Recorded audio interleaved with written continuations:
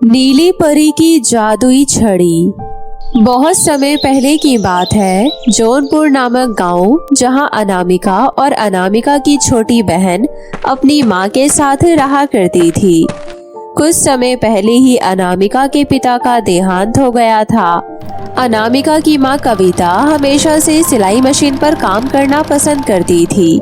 कविता ये काम शौक के साथ साथ अपनी मजबूरी की वजह से भी किया करती थी, ताकि वो अपने घर का गुजारा कर सके और अपने बच्चों को अच्छे स्कूल में पढ़ा सके।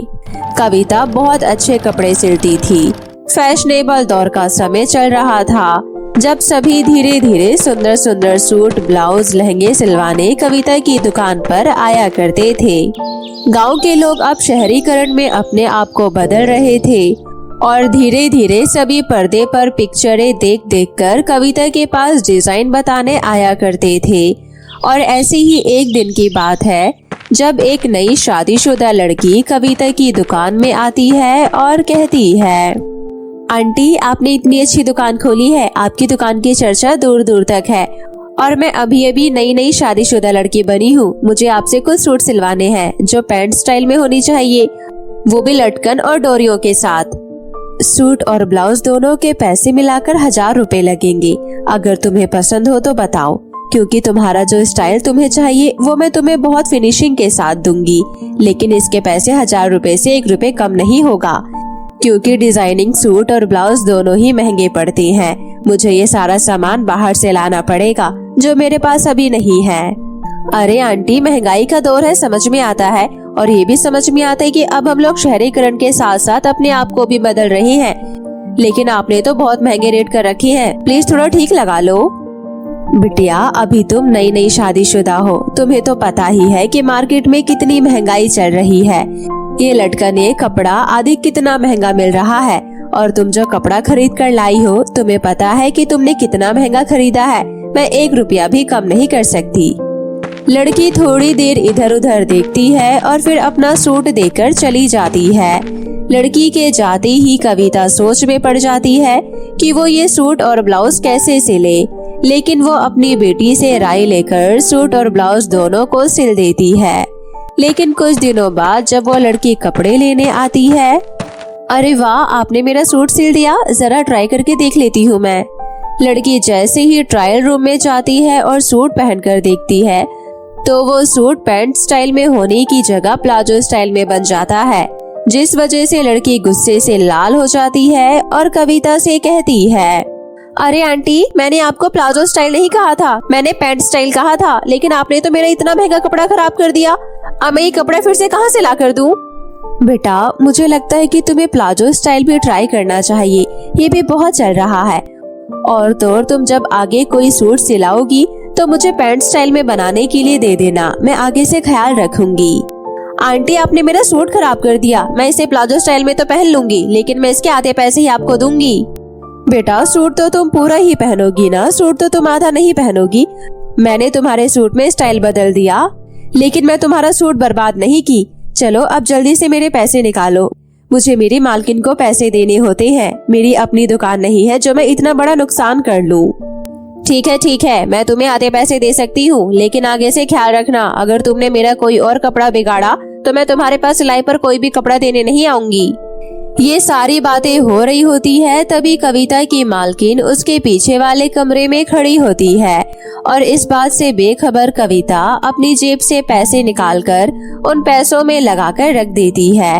और जब मालकिन कविता से पूछती है, इस कस्टमर का तुमने सूट खराब कर दिया और उसने तुम्हें आधे पैसे दिए और तुमने अपनी जेब से आधे पैसे लगाकर दराज में रख दिए, ये मैंने देख लिया है, लेकिन मैं तुम्हें एक बात बता दूं, तुम्हारी गलती तुम्हारी ही जेब से कटेगी, और ध्यान रहे, तुम्हारी गलती की वजह से मेरे कस्टमर भी मुझसे नाराज होकर चले जाएंगे, इसलिए आगे से तुम मेरी दुकान पर मत आना, अब मैं कोई और टेलर ढूंढ लूंगी। लेकिन मालकिन, मेरी बात तो सुनो, मैंने उसका सूट बहुत अच्छा बनाया और उसने पूरा सूट मुझसे लिया, साथ ही साथ मैं आपके दराज में पैसे भी रखे हैं, तो आप मुझे काम से क्यों निकाल रही हो? मेरा घर आपकी दुकान में काम करने की वजह से चल रहा है, कृपया करके ऐसा जुल्म मत करे मेरे ऊपर, मैं आपसे हाथ जोड़कर विनती करती हूँ। कविता के इतना सब कुछ कहने के बाद भी मालकिन उसकी एक बात नहीं सुनती और उसे धक्के मारकर अपनी दुकान से बाहर निकाल देती है। कविता रोते रोते अपने घर पहुंचती है और घर में जाकर एक कोने में बैठ जाती है और उसको इतना शांत देखकर अनामिका उसके पास आती है और उससे कहती है, माँ आपको क्या हुआ है? आप अपना छोटा सा मुंह बनाकर यहाँ इस कोने में क्यों बैठी हो? मुझे कुछ बताओ तो सही, मैं आपकी हर प्रॉब्लम का सॉल्यूशन दे सकती हूँ और मैं आपकी बड़ी बेटी हूँ तो मेरा हक है पूरी बात जानने का। कविता अपने साथ घटित पूरी घटना अनामिका को बताती है। अनामिका सारी बात सुनने के बाद थोड़ी उदास हो जाती है और फिर कहती है, माँ आपको अपने जेब से उसमें 1 भी रुपए नहीं डालना चाहिए था, क्योंकि हम पहले ही गरीब हैं और साथ ही साथ ऐसे कस्टमर दिन में बहुत सारे आते हैं जो अपना काम भी कराना जानते हैं और पैसे भी कम देकर जाते हैं। साथ ही साथ कुछ कस्टमर तो पैसे देना भी गवारा नहीं समझते। लेकिन आप चिंता मत करो माँ, हम दोनों मिलकर ये काम संभालेंगे और अपना खुद का बिजनेस डालेंगे। अनामिका अपनी माँ को समझा बुझा लेती है और फिर कुछ दिनों तक दोनों माँ बेटियां मिलकर घरों में काम करती है और कुछ पैसा इकट्ठा कर लेती है, जिसके बाद दोनों मिलकर एक किराए पर दुकान लेती है और उसमें अपना काम डालती है। साथ ही साथ उनके पास एक पुरानी मशीन रखी होती है, उसे वो इस्तेमाल में ले लेती है, जिसकी बदौलत पूरा काम उसी पर चलता है। और अनामिका अपनी माँ के साथ काज बटन का काम कर लेती है और फिर धीरे धीरे अपनी माँ को सपोर्ट करती चली जाती है। ऐसे ही काम करते करते उनकी दुकान अच्छी खासी चलने लगती है और उन्हें फायदा भी होने लगता है। कुछ महीनों बाद उनके पास खूब पैसा इकट्ठा हो जाता है, जिसकी मदद से वो एक नई मशीन खरीद लेती हैं। माँ ये सिलाई मशीन कितनी स्मूथ है और कितने आराम से चल रही है। पुरानी मशीन में कुछ कमी होने की वजह से वो रुक रुक कर चलती थी, लेकिन ये मशीन तो बहुत अच्छी है, इससे हमारा काम भी फटाफट हो जाएगा और साथ ही साथ हमारा टाइम भी बचेगा। बेटा हमारे मुसीबत के वक्त में हमारी पुरानी मशीन ही हमारे काम आई और नई मशीन तो अच्छी चलती ही है, इसलिए इंसान खरीदता है। अब तुम चिंता ना करो, धीरे धीरे हमारा काम बहुत अच्छे से चलने लगेगा और साथ ही साथ कुछ दिनों तक हम अगर इसी रफ्तार में काम करते रहे तो हमारे पास बहुत सारा पैसा हो जाएगा। फिर मैं तुम्हें स्कूल में दाखिला दिलवा दूंगी और तुम्हें वापस से पढ़ाना शुरू कर दूंगी। लेकिन अभी तुम्हारी छोटी बहन स्कूल जाए वही अच्छा है, क्योंकि अगर तुम स्कूल जाने लगी तो ये दुकान मुझसे अकेले नहीं संभल पाएगी।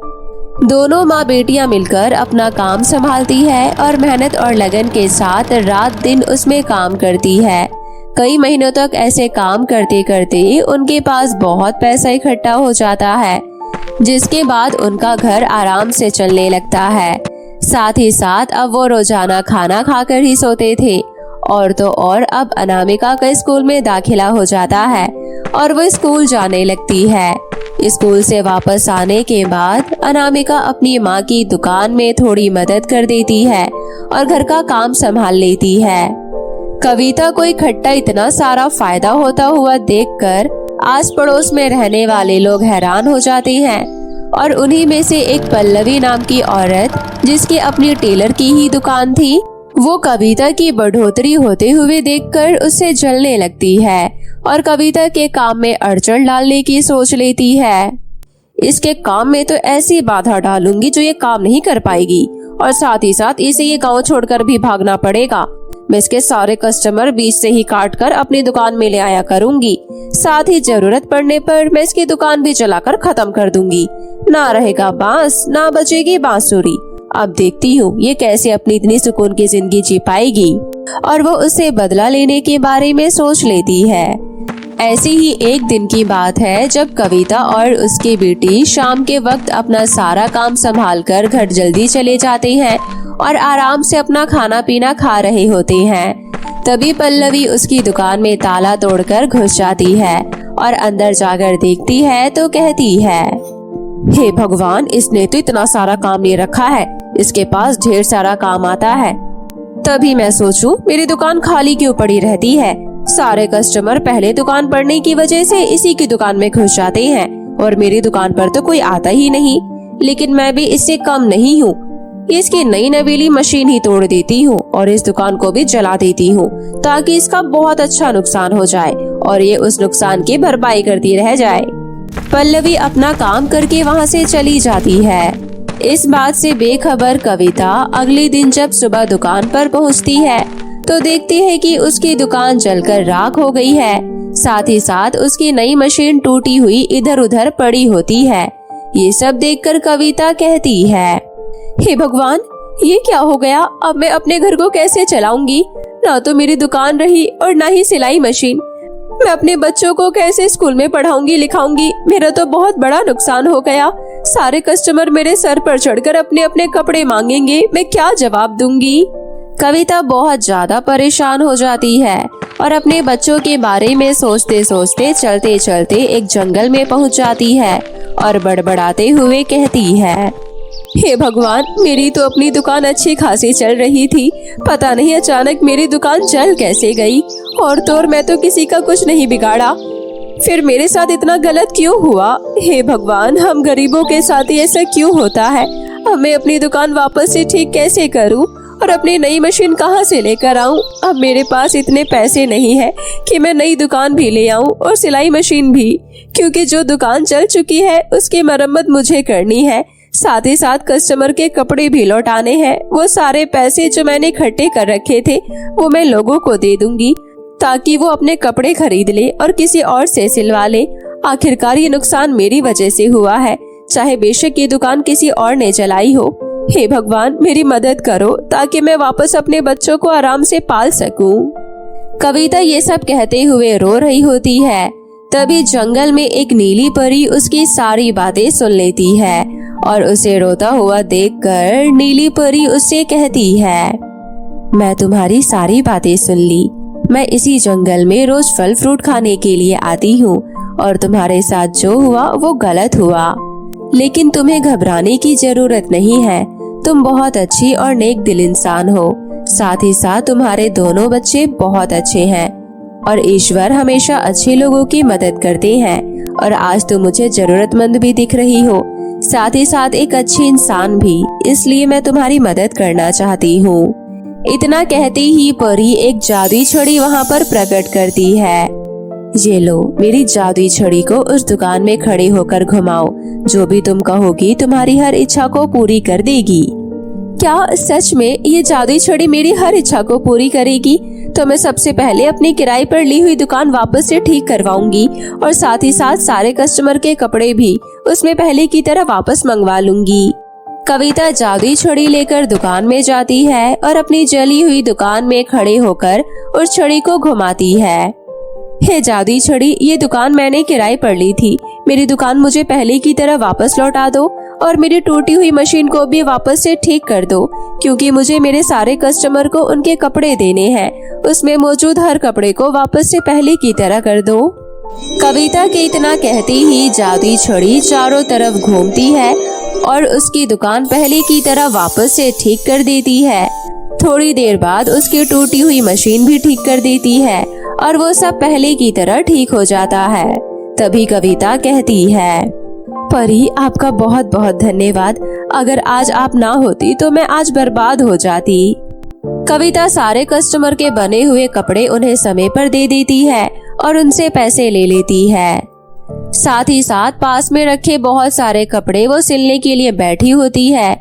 उसकी नई मशीन वो सारे कपड़े बहुत आसानी से सिल देती है। ये सब देखकर कविता हैरान हो जाती है और साथ ही साथ बहुत खुश भी। और जैसे ही अनामिका दुकान में आती है, कविता अपनी बेटी को सारी बातें बताती है। ये देख बेटी, ये सारे डिजाइनर सूट लहंगे इस मशीन ने सिले हैं और जबकि मैंने इस पर इतनी मेहनत भी नहीं करी। ये सब इस जादुई छड़ी का कमाल है। ये सारे कपड़े कितने सुंदर दिख रहे हैं। वही मैं सोचूं कि मुझे सिलाई इतनी अच्छी कब से आने लग गई। मैं तो एक नॉर्मल सी टेलर हूँ, लेकिन अब समझ आया मुझे ये सब परी के जादुई छड़ी का कमाल है। अब मुझे लगता है हमारी दुकान में हमें बहुत फायदा होगा और साथ ही साथ ये जादुई छड़ी हमारी हर जगह मदद भी करेगी। कविता का काम इतना अच्छा होता है कि शहर से भी लोग उसे अपना ऑर्डर देने आते। कविता उनसे अच्छे पैसे कमाती और साथ ही साथ बहुत सुंदर सुंदर डिजाइनर लहंगे, साड़ी, सूट सब बना कर देती। ये सब देखकर गांव में सभी बहुत खुश हो जाते हैं और सभी अपने कपड़े कविता से सिलवाने लगते हैं। पास में खड़ी पल्लवी समझ जाती है कि वो कभी भी कविता का कुछ नहीं बिगाड़ सकती, क्योंकि जो अच्छा करता है भगवान उसके साथ हमेशा अच्छा करता है और जो बुरा करता है भगवान उसको कभी छोड़ता नहीं है। अब कविता अपने बच्चों के साथ बहुत एंजॉय करती है। साथ ही साथ उसे इतना सारा पैसा मिलता है कि उसे कभी यकीन ही नहीं आता कि ये सब उसकी कमाई है। और तो और वो जादुई छड़ी हमेशा उनके साथ रहती है। जरूरत पड़ने पर कविता जादुई छड़ी की मदद लेकर अपने काम को आसान कर लेती और जादुई छड़ी से कविता को बहुत सारे फायदे होते और वो अपने बच्चों को अच्छे स्कूल में पढ़ाती। इसी तरह अब कविता के पास कोई कमी नहीं थी। कविता अपने काम को भी अच्छे से संभालती और अपने बच्चों को भी। कविता अपने बच्चों के साथ अपनी जिंदगी में बहुत खुश होती है और इसी तरह अपना जीवन हंसते खेलते काटती है। पृथ्वी से दूर परी देश में बहुत सारी परियां रहती थी। वहीं एक परी थी जिसका नाम था काव्या परी। काव्या परी के पास बाकी परियों की तरह उड़ने की शक्ति नहीं थी, जिस वजह से काव्या परी की कुछ सहेलियां हमेशा काव्या परी का मजाक उड़ाते रहती थी। यार चलो आकाश की सैर करते हैं, बहुत मजा आएगा। हाँ हाँ चलो सभी चलते हैं। अरे काव्या, तुम यहाँ क्या कर रही हो? पता नहीं रानी माँ ने इसे परीलोक में अब तक क्यों रखा है। ना तो तुम हम परियों की तरह उड़ सकती हो और ना ही इसके पास कोई जादुई शक्तियाँ हैं। रानी परी को तो इसे पृथ्वी लोक पर भेज देना चाहिए। ये तो परी होते हुए भी परी नहीं है। हा हा हा। इस तरह कोई भी परी काव्या परी को ना तो अपने साथ घुमाने ले जाती और ना ही उससे ढंग से बात करती। बस सब उसका मजाक ही बनाते रहते थे। हे भगवान, मुझे किस गुनाह की सजा दे रहे हो? मैं क्यों बाकी परियों की तरह उड़ नहीं सकती? आखिर मैं भी तो एक परी हूँ। फिर ये मामूली सी इंसानों वाली जिंदगी क्यों मिली है मुझे? और अगर ऐसा ही है तो फिर मुझे क्यों परीलोक में भेजा आपने? भेज देते पृथ्वीलोक पर।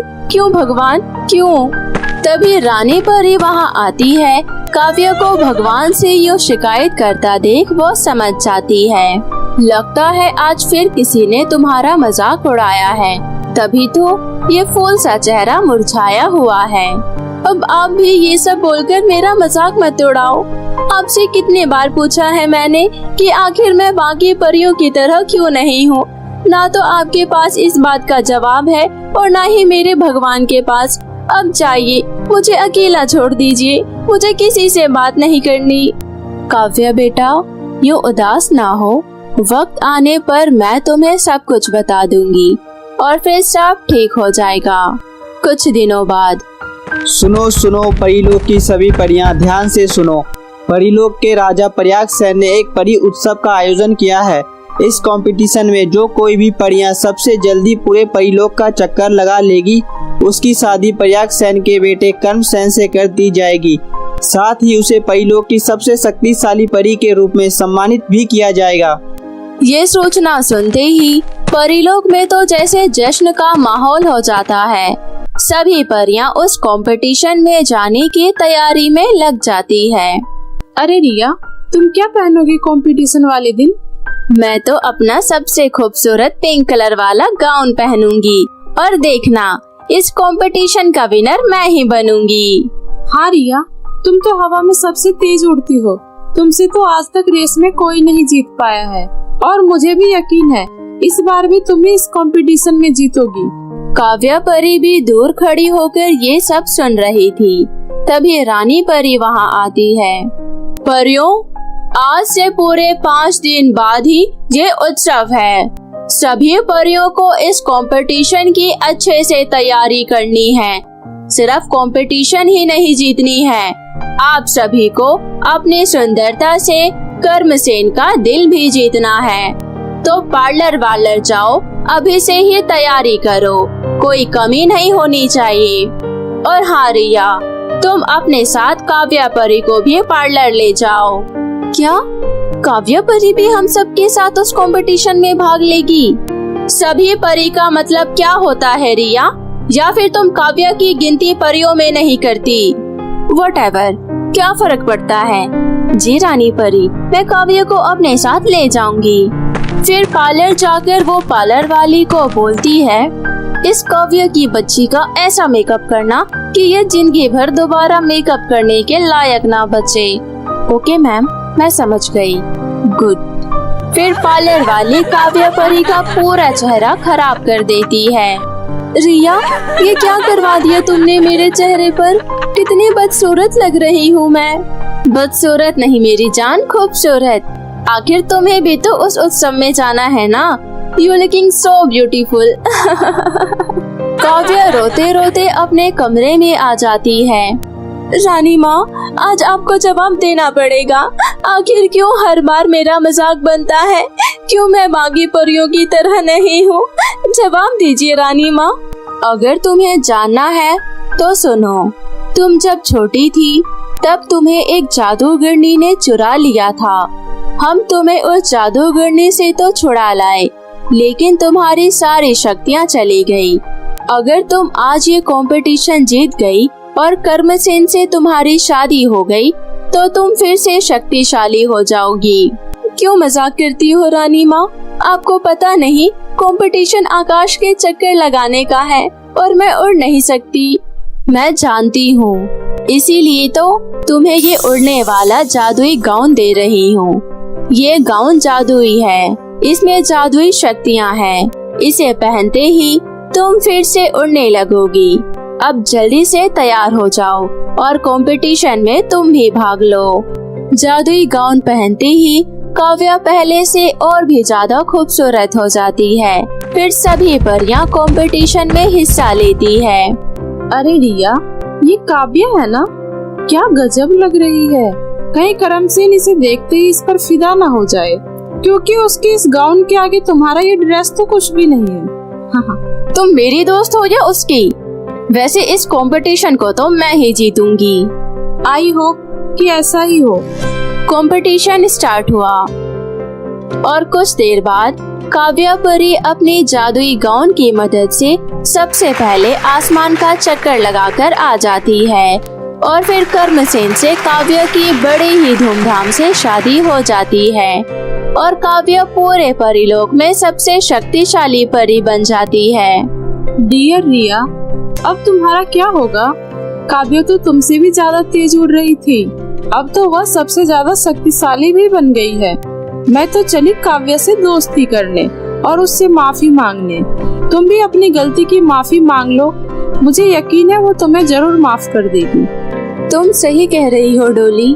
फिर वो दोनों काव्या के पास जाकर उससे माफी मांगते हैं। मुझे माफ कर दो काव्या, मुझ में घमंड आ गया था। I am sorry. कोई बात नहीं रिया, मैं उन सारी पुरानी बातों को भूल चुकी हूँ। तुम्हें अपनी गलती का एहसास हो गया है, यही सबसे बड़ी माफी है। और हाँ, आज रात को तुम लोग मेरे घर पर खाना खाने जरूर आना। और फिर सारी परियां खुशी खुशी रहने लगती है। तो मेरे प्यारे दोस्तों, इसी तरह हमें भी सभी के साथ मिलजुल कर रहना चाहिए। तो कैसी लगी आपको मेरी ये कहानी?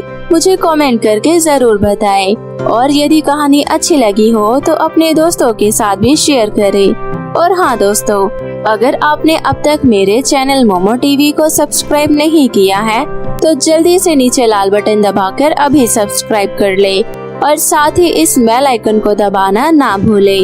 तो मिलती हूँ मैं आप सभी से फिर किसी नई कहानी के साथ। तब तक अपना ध्यान रखें। बाय बाय दोस्तों।